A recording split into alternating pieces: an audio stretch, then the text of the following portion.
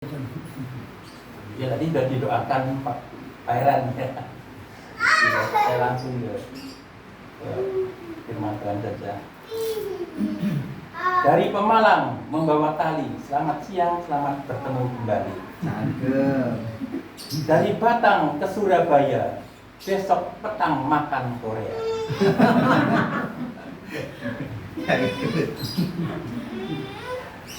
Oke, kita langsung aja membaca firman Tuhan di dalam Lukas 2 ayat 25 sampai 32. Lukas 2 ayat 25 sampai 32.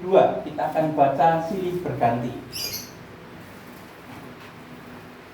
Lukas 2 ayat 25 sampai 32. Mari kita akan membaca. Adalah di Yerusalem seorang bernama Simeon. Ia seorang yang benar dan saleh, yang menantikan penghiburan bagi Israel. Roh Kudus ada di atasnya. Dan kepadanya telah dinyatakan oleh Roh Kudus bahwa ia tidak akan mati sebelum ia melihat Mesias, yaitu Dia yang diberkati Tuhan. Ia datang ke bait Allah oleh Roh Kudus ketika Yesus anak itu dibawa masuk oleh orang tuanya untuk melakukan kepadanya apa yang ditentukan hukum Taurat. Ia menyambut anak itu dan menatangnya sambil memuji Allah, katanya, Sekarang Tuhan, biarkanlah hamba-Mu ini pergi dalam damai sejahtera sesuai dengan firman-Mu. sebab mataku telah melihat keselamatan yang daripadamu, yang telah Engkau sediakan di hadapan segala bangsa, yaitu terang yang menjadi kenyataan bagi bangsa-bangsa lain dan menjadi kemuliaan bagi umat Israel. Amin. Amin. Bapak Ibu dan saudara yang dikasihi Tuhan, bulan lalu saya menyampaikan firman Tuhan yang diambilkan dari Lukas 2. Dan sekarang masih Lukas 2. Bedanya cuma terpaut dalam satu alinea saja tentang Yesus disunat ya. Karena memang ini berhubungan tidak jauh dari Natal, sekitar 40 hari. Bapak Ibu dan saudara dikasihi Tuhan, saat ini kita akan belajar mendalami seorang tokoh bernama Simeon. Simeon, bukan Simon ya, beda. Dan sebagaimana kita ketahui bahwa Injil Lukas mengulas tentang orang-orang yang marginal atau yang terpinggirkan atau kaum yang terabaikan. Bagaimana tidak?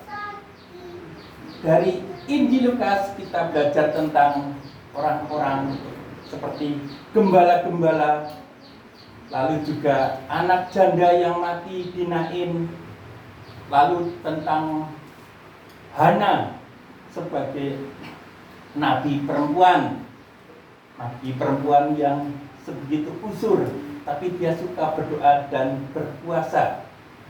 Juga perempuan berdosa yang menyeka kaki Yesus. Juga wanita Samaria, Maria, Marta, lalu 10 orang sakit kusta, lalu juga Sakius, dan di sini Simeon. Tokoh-tokoh ini, pribadi ini adalah kaum yang terabaikan, terpinggirkan, kaum marginal, kaum yang dianggap sebagai miskin, tidak diperhitungkan atau kurang diperhitungkan. Bapak Ibu dan saudara dikasihi Tuhan, siapakah Simeon itu? Simeon adalah seorang imam. Karena konteksnya di sini, di dalam firman Tuhan ini mempunyai setting atau latar belakang di bait Allah, di mana dia melayani penyerahan anak sesuai dengan hukum Taurat. Nah, firman Tuhan pada saat ini saya akan sampaikan dengan judul Pribadi Simeon, pribadi berkualitas. Pribadi Simeon pribadi berkualitas. Mengapa berkualitas? Apa buktinya? Buktinya ada 3. Yang pertama, bukti pribadi Simeon berkualitas. Yang pertama adalah mempunyai integritas. Apa yang dimaksud dengan integritas? Mungkin ada yang tahu dan tidak ya. Jadi integritas adalah keselarasan antara ucapan dengan tindakan, ucapan dengan tindakan. Jadi selaras, apa yang diucapkan itu juga jadi praktek. Itu namanya integritas, ya. Nah, bukti integritas Simeon itu yang pertama dari sebuah kata tertulis. Ada di Yerusalem seorang bernama Simeon. Ia seorang yang benar dan saleh. Pribadinya mempunyai karakter benar dan saleh. Ayat 25 itu ya. Benar dan saleh.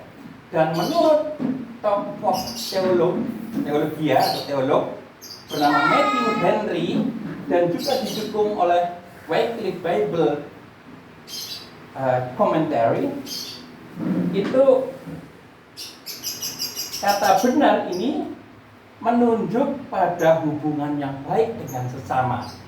Kata benar menunjuk hubungan yang baik dengan sesama, horizontal ya.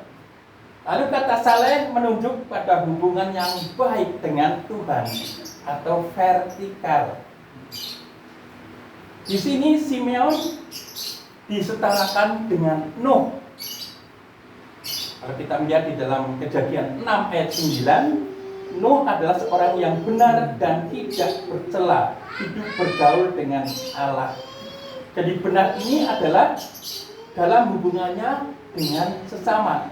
Dia terpuji, dia baik, dan dia juga berkualitas. Bapak, Ibu, dan Saudara dikasih Tuhan, karakter antara benar dan saleh itu berjalan bersamaan, saling mendukung. Tidak ada yang tertinggal, ada yang ke depan, tapi sama. Lalu apa bedanya antara benar dengan baik? Kenapa ditulis sebagai benar bukan baik? Itu kenapa? Nah, kalau saya menilai secara pribadi, kata baik biasanya karakter yang didasarkan pada penilaian manusia. Dia orang baik, dia orang baik, dia kurang baik, itu penilaian manusia. Tetapi kalau kata benar adalah karakter yang didasarkan pada penilaian Allah. Jadi kata benar itu seturut selaras dengan firman Tuhan atau tidak. Kalau selaras turut dengan firman Tuhan, itu namanya benar. Sebagai contoh kata, apakah Bu Kiki itu orang baik? Tentu orang baik. Apakah Pak Jenggot itu orang baik? Orang baik. Apakah Pak Sukup orang baik? Orang baik, tentu saja. Tapi kalau dirubah pertanyaannya, apakah Bu Kiki orang benar? Apakah Pak Jenggot orang benar? Apakah Pak Suko orang benar? Itu yang menilai Tuhan sendiri. Nah, dalam kehidupan sehari-hari kita mengenal ada SKKB. Singkatan apa SKKB? Surat keterangan kelakuan baik. Apa bukan surat keterangan kelakuan benar? Kelakuan baik. Nah, baik itu predikat dari mana? Tentu saja predikat itu dari penilaian polisi atau penilaian manusia. Jadi kalau mengeluarkan surat kelakuan baik, tentunya polisi mengambil rekam jejaknya, daftar hitam atau tidak, bagaimana riwayat hidupnya, tercoreng atau tidak. Kalau ada tercoreng atau pernah di penjara, tentu tidak bisa dikeluarkan surat kelakuan baik. Terkadang kalau tidak ada datanya, Pak Polisi menginterogasi kita juga. Saya pernah membuat surat kelakuan baik, ditanya dulu. Namanya siapa? Saya Juanto, Pak. Oh, yang itu ya, yang pernah sering nongkrong-nongkrong di Losmen Indonesia itu ya. Ya enggak malah, Losmen buat apa itu. Oh iya, yang itu ya, pernah saya lihat itu keliling ganja ya. Keliling ganja gimana, orang mau aksesnya enggak? Apa itu yang pernah itu ya? Saya lihat lagi minum whisky ya. Yang mana minum whisky? Kayak asam lambung. Ya sudah, saya keluarkan. Itu jadi semua berdasarkan penilaian manusia. Nah, tetapi dalam firman Tuhan disebutkan kalau doa yang sangat besar kuasanya itu doa orang baik apa doa orang benar? Joko tahu? Pinter semua. Doa orang benar ya, doa orang benar kalau didoakan sangat besar kuasanya. Saya agak bingung kalau kok pakai kata didoakan bukan mendoakan ya.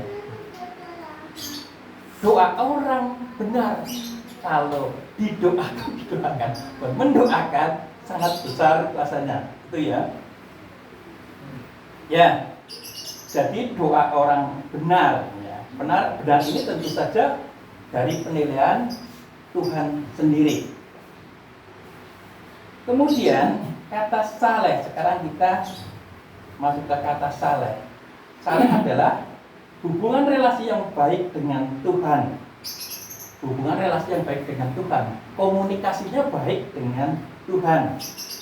Disertai dengan disiplin rohani, yang termasuk membaca firman, berdoa, memuji, beribadah, dan sebagainya. Itu kata saleh. Lalu juga disertai dengan sikap takut akan Tuhan. Takut akan Tuhan.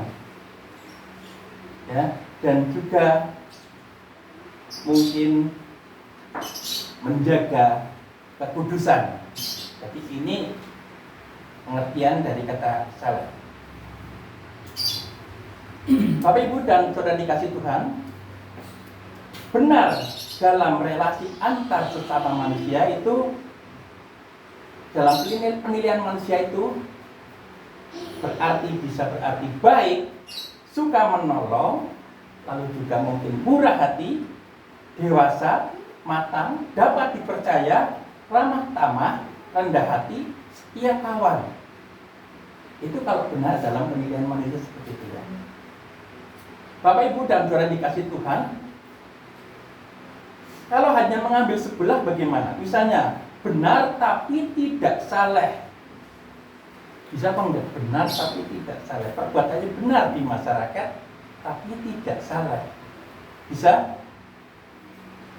Bisa, orangnya baik, orangnya suka menolong, murah hati, dewasa, ramah tamah, tetapi dalam hubungannya dengan Tuhan itu tidak diperhitungkan Tuhan.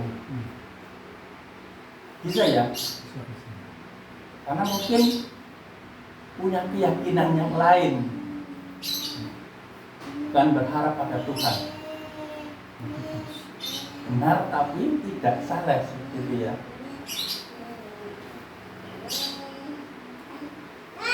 Di tempat kami itu di Karangmiri itu punya tetangga itu pada kirim-kiriman makanan. Itu hobinya. Bahkan sudah malam ada bawa pancingan, ikan pancingan itu ujar dibawa belok-belok lewat sawah dikasihkan kami. Juga ada yang membawa tahu, bergantian itu. Orang-orangnya baik, tetapi mereka di luar karunia roh Kristus, di luar anugerah Kristus. Dan perlu kita doakan, kita pergumulkan hati itu. Tetapi sebaliknya, orangnya saleh tapi tidak benar dalam seharian. Bisa apa enggak? Benar dalam hubungannya dengan Tuhan, baik. Disiplin rohani dijalankan. Tetapi dari sikap antar manusia itu kurang terpuji. Ada banyak. Ya, saya juga punya saudara dari tante saya, tinggalnya di Salatiga. Itu seorang wanita. Dia seorang pegawai negeri di dinas kesehatan. Tentunya gajinya ya tinggi ya, tapi suaminya bekerja di pelayaran luar negeri. Itu gajinya 50 juta per bulan. Kalau yang itu, katakanlah ini namanya pakai inisial W saja ya. Ya saudara saya itu W itu, wanita. Dia gajinya sekitar 6 juta, ditambah suaminya 60 juta, 66 juta. 66 juta itu cukup enggak untuk sebulan? Betul lebih, iya. Kalau mungkin yang dipakai 6 juta aja sudah agak berlebihan ya, cukuplah lebih. Tetapi kenyataannya dia suka minjem duit gitu. Saudara dipinjem dari Salatiga, saya pinjam itu. Termasuk saya juga, kami itu. Walaupun saya juga nggak punya duit, hanya ada tabungan itu ya. Apa itu? Notio. Saya dihubungi, Mas Nanang, tolong saya. Apa yang dapat saya tolong? Saya akan dicek oleh atasan saya dalam bidang keuangan. Dia di bidang keuangan memang, bendahara di dinas kesehatan. Akan dicek besok. Tetapi saya takut sekali. Loh, kenapa takut? Apakah kamu memakai uang itu? Iya. Berapa? 20. Mau ketiok.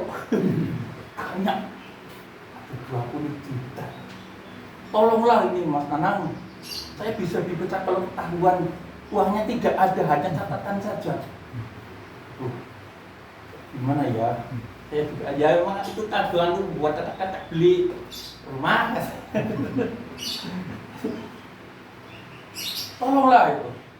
Akhirnya ya dalam nama Yesus kita tolong dia.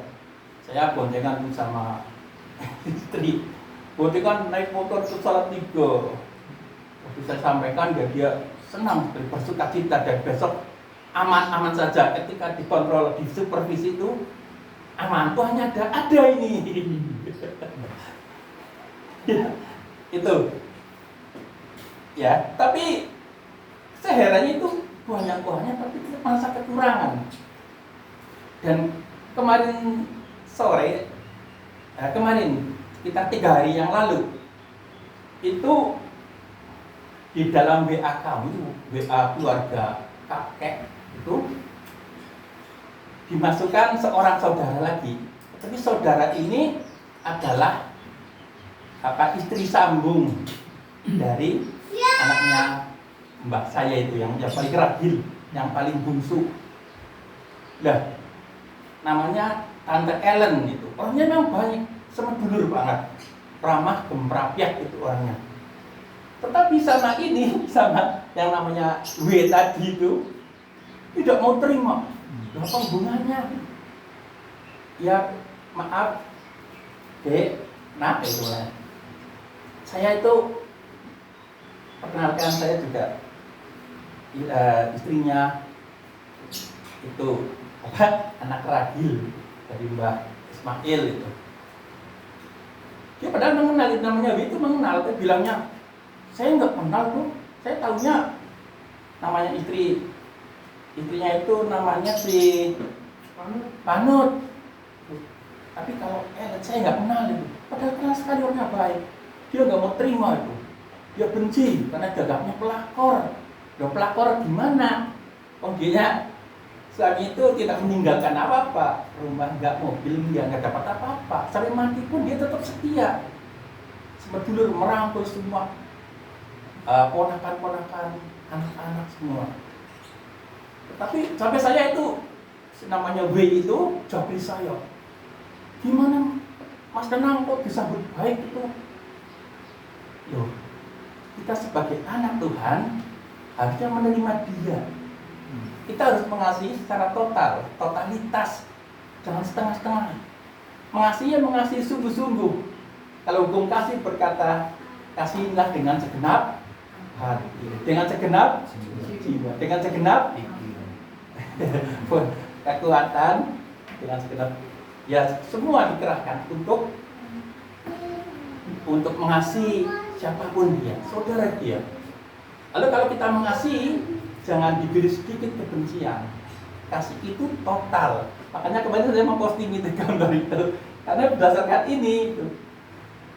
Padahal namanya W ini juga mempunyai sertifikat.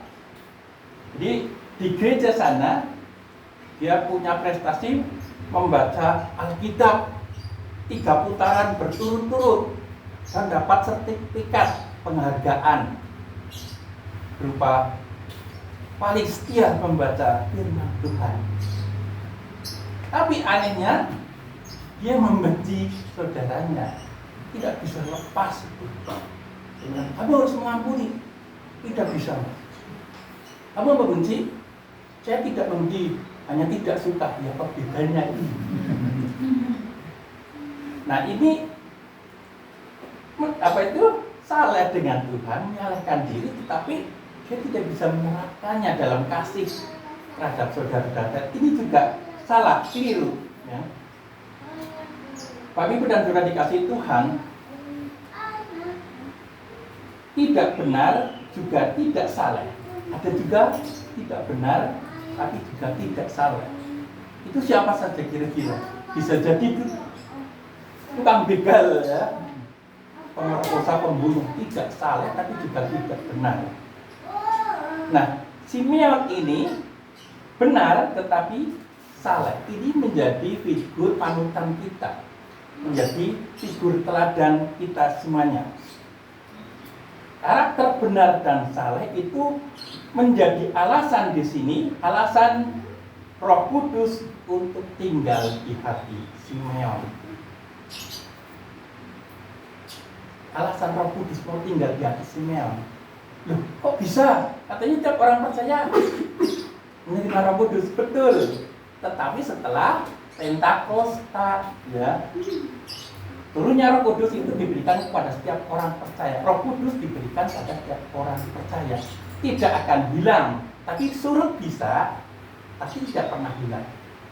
Kalau hilang bisa mungkin ya, kalau itu menghujat atau mungkin mendepak Tuhan Yesus itu. Jadi karakter Simeon itu menjadi alasan Roh Kudus tinggal. Jadi posisi Simeon meskipun di dalam perjanjian baru Lukas itu, tetapi kan pakai aturan lama, belum Pentakosta. Jadi kalau belum Pentakosta itu seperti perjanjian lama. Roh Kudus itu hingga pada seseorang hanya bersifat temporary ya lebih. Sementara sewaktu-waktu bisa datang dan pergi. Oh pergi dan datang sesuka hatimu. Itu siapa nyanyi? Diana Nasution ya. Diana Nasution itu lagunya berjudul Berhenti Tapi Rindu. Tapi jangan salah, Diana Nasution juga pernah ke Purwokerto memberikan klinik cara menyanyi lagu rohani yang benar. Waktu itu di gedung BPD Bank Jateng. Setelah Bapak Tuhan diundang semua, lalu ditatar tentang cara bernyanyi yang baik, benar, maksudnya lagu-lagu rohani. Dia bersama suaminya minggu sekali itu memberikan klinik latihan nyanyi. Oke. Jadi Roh Kudus sebelum Pentakosta itu bersifat temporer dan hanya hingga pada orang-orang pilihan, orang-orang yang dibutuhkan. Jadi lihat semua dalam hal ini masuk kriteria adalah si Simeon. Jadi marilah kita akan memiliki karakter yang benar dan saleh agar pribadi kita diperhitungkan Tuhan sebagai pribadi yang berkualitas. Kalau saya ngajar ke murid sampai sini ada pertanyaan. Kalau ini masuk ke yang nggak langsung aja ya. 2. Bukti pribadi berkualitas kedua adalah diberi penghiburan oleh Tuhan. Ayat 25. Simeon diberi penghiburan oleh Tuhan. Simeon merindukan penghiburan berupa kedatangan Mesias. Ya. Mesias itu sangat dirindukan. Mesias itu siapa? Dia seorang pembebas. Dia seorang yang diurapi. Yesus yang jadi manusia, itulah Mesias. Walaupun dalam anggapan orang-orang Israel secara umum, Mesias itu maunya tokoh revolusioner, semacam superhero, semacam Simpson ya, yang badannya kekar, gede, rambutnya panjang, seperti Conan atau siapa ya. Dia bisa melawan musuhnya, melawan satu orang, melawan 1000, bisa menaklukkan 1000 orang dengan sendirian. Ini seperti itu maunya, pribadi Mesias seperti itu. Tetapi ternyata Simeon yang sama-sama juga orang Yahudi, dia malah tahu Simeon Mesias itu bukan seperti itu. Simeon itu orang pembebas, tapi pembebas dari hukuman dosa. Nah, obsesi atau keinginan Simeon juga selaras dengan harapan Nabi Yesaya. Di mana Nabi Yesaya di dalam pasal 40 menyampaikan suara Tuhan begini, hiburkanlah umatku. Hiburkanlah umatku. Tuhan menghibur umatnya, memberikan pemulihan. Itu. Dan ini tapi di dalam Kristus Yesus yang saat itu dilahirkan di Bethlehem. Nah, apakah keinginan dari Simeon ini terkabul? Mengharapkan Mesias itu terkabul. Ya. Bahkan dia kalau kita lihat sekarang dari ayat 29 dikatakan, dari ayat 28 dulu, dia menyambut anak itu dan menatangnya sambil memuji Allah. Menatang itu bukan menantang ya. Jadi menatang itu ngemban tapi sambil udang mungkin ya. Alah jalan nang apa dewek tangking bocah bagus dewek itu gede dari roti hidup, itu gede dari terang dunia, tangking itu orang Jawa senang mengutang-utang itu ya. Ya, Yesus roti hidup, air hidup, terang dunia, juga raja. Jadi dia memenuhi harapan seperti yang diinginkan Simeon. Dan Yesus juga seorang tabib agung, guru agung, dan juga astronot. Bisa melawan gravitasi naik ke langit.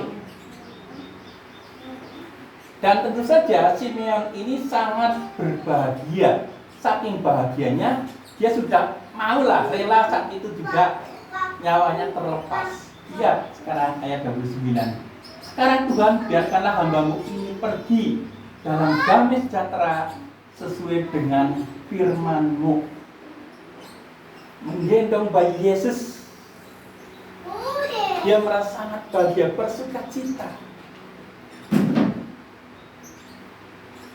Karena hati Yesus itu berimpit dengan hatinya Simeon, menempel sebegitu dekat.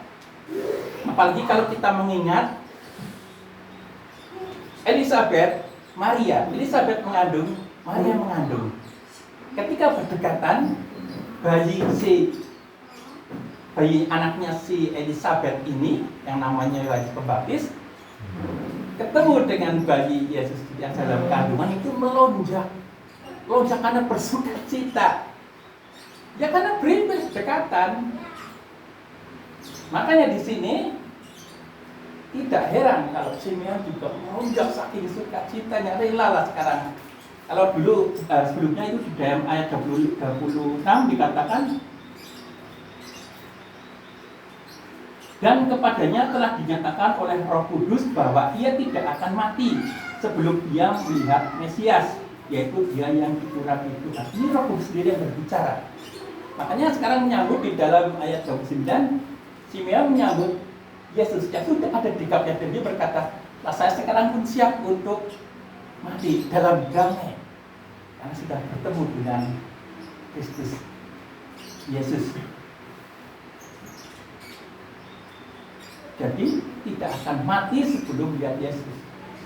Bisa jadi ketika pada waktu dia belum melihat Yesus, Simeon mungkin bisa jadi kalau ketabrak dokar ya nggak mati karena belum ketemu, atau jatuh dari bukit Megido ya tetap hidup karena belum ketemu. Nah sekarang ada ketemu, dia rela, saatnya Tuhan mengambil nyawanya saat itu karena dia juga sudah tua. Tuh. Jadi sebagai aplikasi agar kita bersukacita, lepas beban, bahagia, milikilah kedekatan kita kepada Yesus. Semakin berdekat dalam doa, kita semakin bahagia, merasa semua bisa diatasi. Amin. Ada lagu, berdekat padamu, hanya Yesus ku ikuti sepanjang jalan hidupku. Berdekat padamu, berdekat padamu, hanya Yesus ku ikuti sepanjang jalan hidupku. Ini lagu gereja baptis, tapi di sini ada ya, dalam puji Tuhan ada, jadi kita bisa nyanyikan. Nah yang ketiga, yang terakhir, bukti pribadi berkualitas dari Simeon adalah diberi keselamatan dari Tuhan. Ayat 30, sebab mataku telah melihat keselamatan yang daripadamu. Jadi dalam anggapan Simeon,